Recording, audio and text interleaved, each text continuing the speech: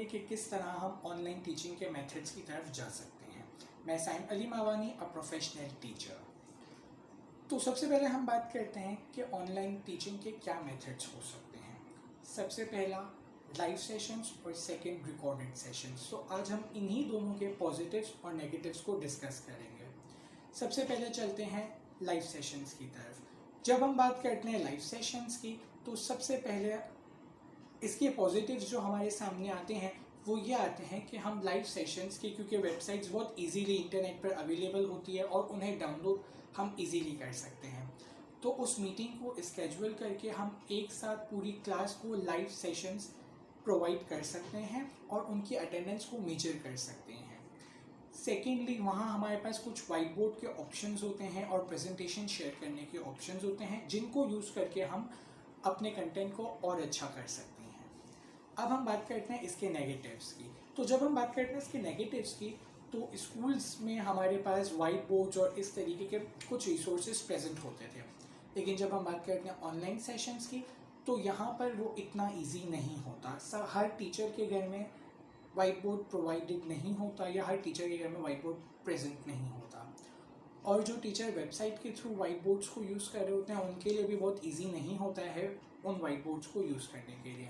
तो ज़्यादातर टीचर्स जो है वो प्रेजेंटेशन के मेथड्स को यूज़ करते हैं, और क्योंकि टीचर्स के लिए ये बहुत न्यू है, तो बहुत सारे टीचर्स को प्रेजेंटेशन बनाने में प्रॉब्लम्स फेस करनी पड़ती है। इसका सेकंड, अगर हम नेगेटिव की बात करें, तो इसमें गलतियों की गुंजाइश बढ़ जाती है। गलतियों की गुंजाइश बढ़ जाने से मेरा मुराद ये है कि जो भी हम डिलीवर कर रहे होते हैं वो डायरेक्टली स्टूडेंट्स को ऑनलाइन सेशंस के थ्रू पहुंच रहा होता है, डिलीवर हो रहा होता है। तो वहाँ पर फॉर एग्जांपल कोई ऐसा वर्ड है जो हमें नहीं कहना चाहिए था या बाय मिस्टेकनली कह दिया, तो हम उसको फ़ौरन से चेंज नहीं कर सकते, क्योंकि एट अ टाइम वो लाइव डिलीवर हो रहा है। अब हम चलते हैं रिकॉर्डेड सेशंस की तरफ। जब हम बात करते हैं रिकॉर्डेड सेशंस की, तो उसके कुछ पॉजिटिव्स जब हम देखते हैं, तो सबसे पहला इसका पॉजिटिव पॉइंट ये है कि हमें वो रिकॉर्डिंग का ऑप्शन अवेलेबल देता है। जब हम रिकॉर्डिंग के ऑप्शन की बात करते हैं, तो जब हम रिकॉर्डिंग कर रहे होते हैं और फिर हम फील करते हैं कि कहीं पर हमसे मिस्टेक हो गई, तो हम उसको एट दी एंड एडिट करके कट कर सकते हैं या एडिट करके उसको ठीक कर सकते हैं। इसके अलावा अगर हमें कहीं ऐसा फील होता है कि हमें रिकॉर्डिंग को दोबारा से रिकॉर्ड करना चाहिए अपने सेशंस को, तो हमारे पास ये ऑप्शन भी अवेलेबल होता है, जिससे हमारी गलतियों की गुंजाइश कम होकर रह जाती है। अगर इसी तरह हम इसकी नेगेटिव की बात करें, तो इसका नेगेटिव ये हो सकता है कि हम अटेंडेंस को मेजर नहीं कर सकते इसमें एट अ टाइम फ़ौरन से, कि कितने बच्चों ने सेशन अटेंड किया और कितनों ने नहीं किया। दूसरा इसका अगर हम नेगेटिव देखें, तो वो ये होता है कि सबसे पहले हमें लिंक जनरेट करना पड़ता है और फिर जो है वो हम ग्रुप्स के थ्रू बच्चों तक पहुंचाते हैं, और फिर हमें नहीं पता चलता है कि कितने बच्चों ने इसको अटेंड कर लिया और कितनों ने नहीं किया अब तक अटेंड। इसके अलावा जब हम रिकॉर्डिंग सेशन की बात करते हैं, तो इसमें हम लाइव क्वेश्चन आंसर्स को रिस्पॉन्ड नहीं कर सकते, जबकि हम लाइव सेशंस में कर सकते थे।